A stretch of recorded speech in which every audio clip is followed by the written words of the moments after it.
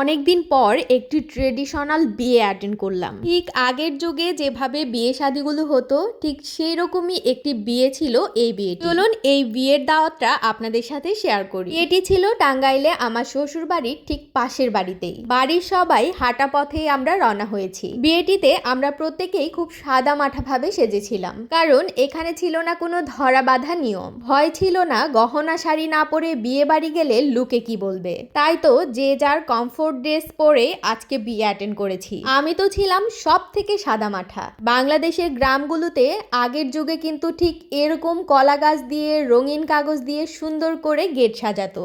আমি তো সব সময় সিনেমাতে এরকম গেট সাজানো দেখছি, আজকে একদম বাস্তবে দেখলাম, দেখে আমার খুব ভালো লাগছিল। আমরা বাড়ির সবাই একসাথে খেতে বসবো বলে প্রথম বৈঠকে আমরা কেউ বসি না, দ্বিতীয় বৈঠকে সবাই মিলে একসাথে বসে যাই।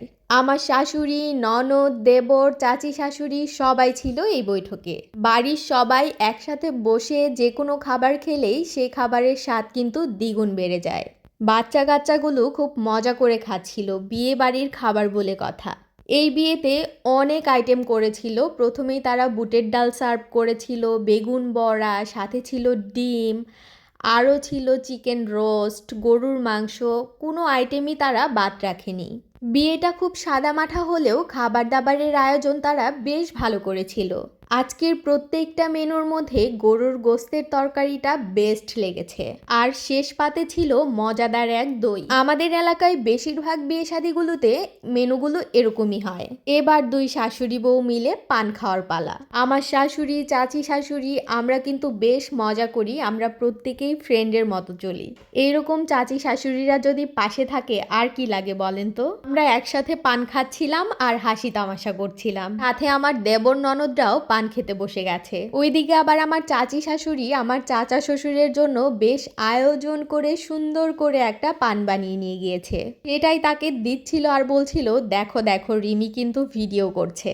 তারপর তো ননদ দেবররা আছেই জমিয়ে গল্প করার জন্য।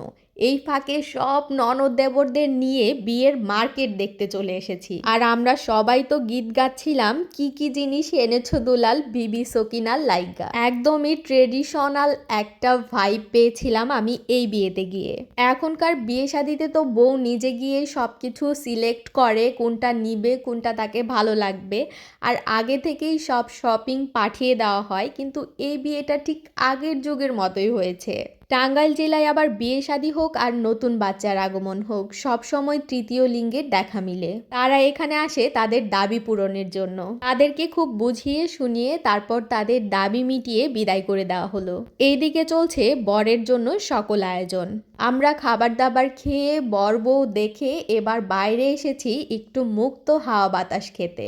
এখান থেকে আমরা সম্পূর্ণ বিয়ে শেষ করে রাতে কিন্তু বাড়ি ফিরেছিলাম, তবে ফুল ভিডিওটি করা হয়নি। আজকের মতো এই পর্যন্তই। Thanks for watching. আল্লাহ হাফেজ।